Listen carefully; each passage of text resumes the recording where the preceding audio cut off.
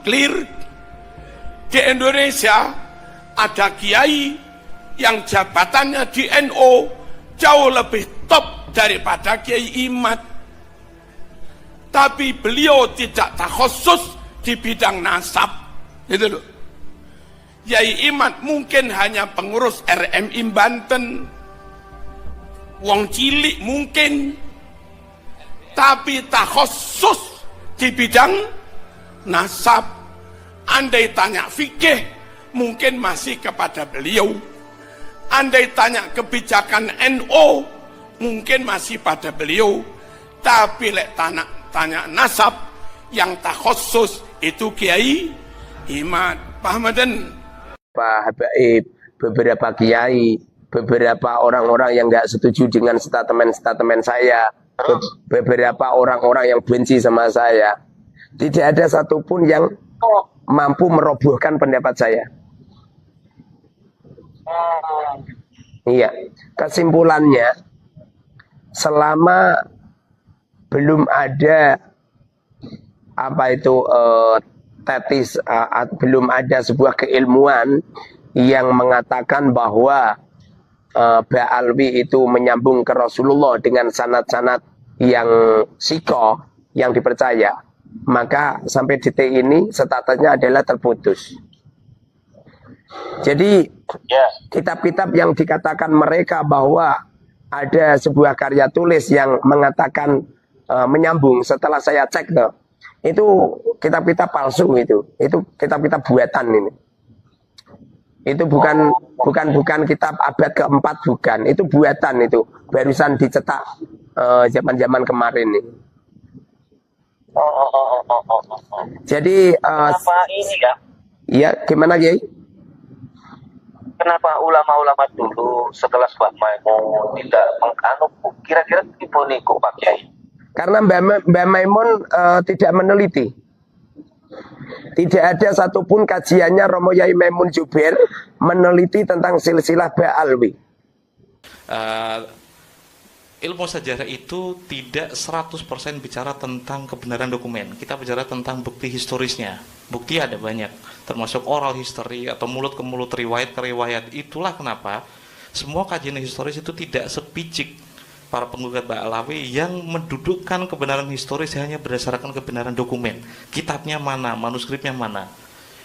Jika itu yang kita pakai, maka Imam Bukhari, Sahih Muslim, dan juga Sahih yang lain kita pelangi, yang jaraknya itu 150 tahun atau mungkin 2 abad lebih dari baginda Nabi, akan kita batalkan. Ilmu sejarah tidak sepicik itu. Jika itu yang kita pakai, maka kita akan berpikir secara bengkok, semua cerita di masa lalu akan tidak berguna dan tidak ada artinya. Nah, itulah yang disebut dengan kritik histori, dan begitulah cara kerja seorang sejarawan. Nah, hingga akhirnya saya mendapati banyak orang yang selalu mengajukan pertanyaan-pertanyaan tesis. Satu-satunya yang ilmiah dari kritiknya Kiai Imad tentang nasab genealogi Ba'alawi adalah di mana sumber atau bukti material dari Syuhra Wastifadoh. Menurut dia terputus 550 tahun terhitung dari Imam Ubaidillah hingga 895 dari penulis Al-Barqah Al-Musyiqah, Sayyid Ali bin Abi Bakar As-Sakran. Nah, hitungan itu pun sudah pernah saya jawab ketika menghadirkan satu naskah tunggal yang berjudul Jurus Syafaf yang ditulis tahun 820, sudah menulis nama Ubaidillah. Kitab itu ditulis ketika Sayyid Ali bin Abi Bakar As-Sakran baru berumur 2 tahun. Itu tidak pernah dijawab secara metodologis, secara filologis. Yang selalu bicara filologis pun mengatakan bahwa Wazir itu sadah, keturunan dari Sayyid Hasan bin Ali. Orang-orang seperti ini mau bicara tentang filologi. Orang-orang seperti ini dipercaya sebagai pakar filolog. Orang seperti ini dipercaya sebagai pakar sejarah. Dan telaahnya yang maktang. Bang Roma katanya pakai manuskrip. Manuskrip apa coba? Satu kali pun saya belum pernah lihat para penggugat itu memakai studi filologi dan berdasarkan manuskrip. Sekadar contoh, nanti untuk detail akan saya tunjukkan ke dalam presentasi. Ini cuma prolog, nanti teman-teman melanjutkan tentang telaahnya tentang Jurus Syafaf yang tidak dia terima, ya, karena Abdullah sudah disebutkan sebelum Sayyid Ali, orang yang digugat itu. Belum pernah saya lihat sekalipun dia meminta maaf karena menuduh Sayyid Ali, penulis kitab itu, sebagai pencangkok nasab. Padahal ketika beliau baru berumur 2 tahun, berarti kan masih menyusui. Mungkinkah orang yang menyusui memberikan informasi tentang kakeknya kepada orang yang 15 tahun kemudian sudah wafat? Ya nggak mungkin. Kitab itu cuma langsung diklaim ini kitab yang cukup diragukan karena naskahnya baru ditulis 45 tahun sebelumnya. Ya karena emang nggak modal, nggak mau nyari gitu. Peneliti itu kan ya memang sifatnya itu kan pencarian, to search itu berarti mencari. Jika informasi yang nggak dapat di situ, apakah benar kitab itu ditulis 45 tahun atau 50 tahun yang lalu? Akhirnya saya menemukan 3 naskah pembanding yang lebih tua dari itu. Ditulis sekitar 200-an tahun yang lalu lah. Jauh sebelum ada Geger Nasab, jauh sebelum ada mungkin semasa dengan Imam Murtado Az-Zabidi di Yaman sudah ada manuskripnya, dan ada intelektual yang sudah mengutip beberapa kali kitab itu dan menyebutkan Ubaidillah di sana. Saya berusaha memberikan pengantar itu untuk menunjukkan kepada Anda semua ada orang yang tidak jujur ketika melakukan gugatan. Berkali-kali saya menagih apakah Anda bisa mempertahankan tesis Anda tentang, kali pertama disebutkan tahun 895 dari Al-Barqa Al-Mushikal. Itu sudah ada banyak bukti material yang bisa menjawab itu. Alih-alih ada kiai ngomong bahwa Kiai Imad itu ahli dalam bidang ilmu nasab, takhusus dalam ilmu nasab. Tapi kenyataannya Kiai Imad diajak diskusi tentang ilmu nasab nggak berani. Diajak debat adu argumen kekuatan penelitiannya dengan kekuatan ilmu dari pembela habaib, Kiai Imad gak pernah berani. Diundang diskusi untuk memaparkan ilmunya, gak berani. Nah gini kok dianggap ahli dalam bidang ilmu nasab. Kalau memang Kiai itu merasa alim, cobalah Kiai itu ikut meneliti dalam ilmu nasab, pelajari lebih dalam, nanti buktikan, ajak diskusi orang-orang yang mempunyai dalil membela Habib yang sebenarnya adalah keturunan Nabi. Ajak diskusi, jadi jangan cuman ngomong tebar fitnah gini-gini, tapi ketika diajak diskusi nggak ada yang berani.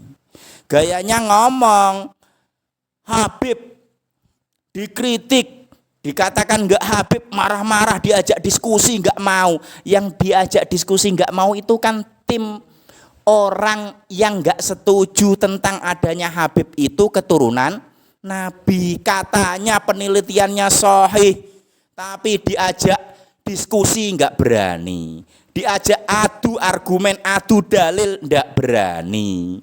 Terus ada lagi kiai, menurut penelitian saya, dalil-dalil atau kitab-kitab yang membela Ba'alawi keturunan Nabi itu kitabnya kitab palsu, karangan baru-baru. Itu menelitinya dari mana? Kok cuma menurut saya? Jangan pakai menurut saya. Kalau jelas pakai referensi, ulama ini mengatakan seperti ini. Nah itu bisa, bukan menurut saya, menurut penelitian saya. Memang melitinya itu dari mana? Apakah cuman dari Google? Apakah dari kiai-kiai yang suka ngomong nggak jelas itu? Atau memang karena kamu itu sangat benci dengan Habib karena pernah ditipu oleh Habib, sehingga kamu cari alasan gimana caranya Habib itu bukan keturunan Nabi? Ini kan menjadi nggak jujur. Karena nafsu, karena dendam, dan karena hal-hal yang lain, sehingga kamu membuat argumen yang nggak benar. Ini kan namanya nggak adil dalam bidang ilmu, nggak jujur dalam bidang ilmu. Kalau merasa penelitian kamu itu benar, cobalah adu argumen dengan tim yang mengatakan Habib itu keturunan Nabi secara jelas, punya dalil yang nyata. Karena mereka punya manuskrip asli.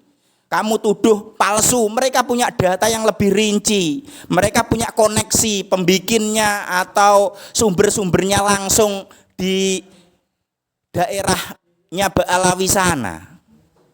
Jangan cuman asumsi, ketika diajak adu ilmu nggak berani, diajak adu dalil nggak berani. Bisanya cuman memprovokasi umat. Nah ini kan yang membuat ilmu itu menjadi hilang. Isinya cuman olo-oloan. Katanya mau memegang kebenaran, memegang kejujuran, tapi kenyataannya dari tim orang-orang atau kelompok yang mengatakan Habib bukan dzurriyyah Nabi, rata-rata itu bukan dari orang ahli ilmu. Kelompoknya coba lihat saja, yang benci-benci habaib itu seperti Gus Fuad Pleret, Gus Muafik, Suruh baca kitab, paling nggak bisa mereka itu. Seumpama mereka itu bisa baca kitab, paling kitab-kitab kecil-kecil itu. Disuruh baca kitab yang rada besar, pasti tidak bisa. Apalagi masalah-masalah yang sifatnya detail dalam ilmu kitab. Hukum-hukum fikih dalam kitab yang agak detail, dijamin tidak bisa baca itu. Omongan-omongannya orang pembenci habaib itu rata-rata melenceng dari ilmu-ilmu kitab kok. Seperti Gus Abbas Buntet itu. Coba tes itu, bisa nggak baca kitab itu. Dan rata-rata orang yang mengatakan Habib bukan keturunan Nabi, itu kelompoknya rata-rata nggak bisa baca kitab. Ada paling cuman beberapa, itu pun ketika diajak debat tidak berani, seperti Kiai Imaduddin.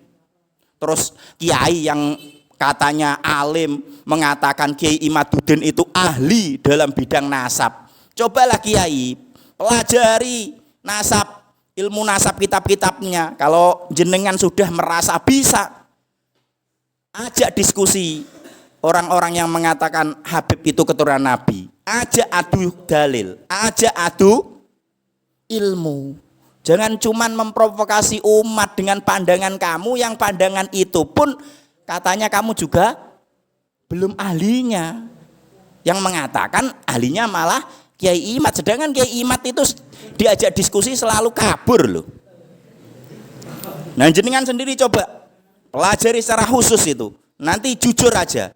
Jangan karena dendam dengan Habib terus membuat argumen yang seakan-akan mencari dalil atau mencari cara, mencari alasan agar Habib itu bukan keturunan Nabi. Ini namanya bukan kejujuran. Itu namanya nafsu. Coba lihat dari orang-orang atau tim pembela habaib atau yang mengatakan Habib itu dzurriyyah Nabi. Itu rata-rata orang alim, ahli-ahli kitab, ahli-ahli bahsul masail. Data mereka sangat valid, bisa dibuktikan loh. Nah, sedangkan di tim yang mengatakan Habib bukan keturunan Nabi itu cuman bisa memprovokasi umat, tapi nggak mau diajak diskusi tentang ilmu. Ini gimana? Katanya NU itu menjunjung tinggi ilmu. NU itu basic ilmunya itu lewat bahsul masail, diskusi ilmiah. Tapi kenapa mereka kok nggak mau? Nah ini bisa kita lihat ya, bahwa yang benar-benar ahli ilmu yang berani diajak diskusi itu malah kelompok yang mengatakan Habib itu keturunan Nabi. Sementara kelompok yang mengatakan Habib bukan keturunan Nabi ini cuman bisa ngomong, bisa memprovokasi umat, diajak diskusi ilmu, nggak ada yang berani. Coba ini nilai sendiri aja lah ya.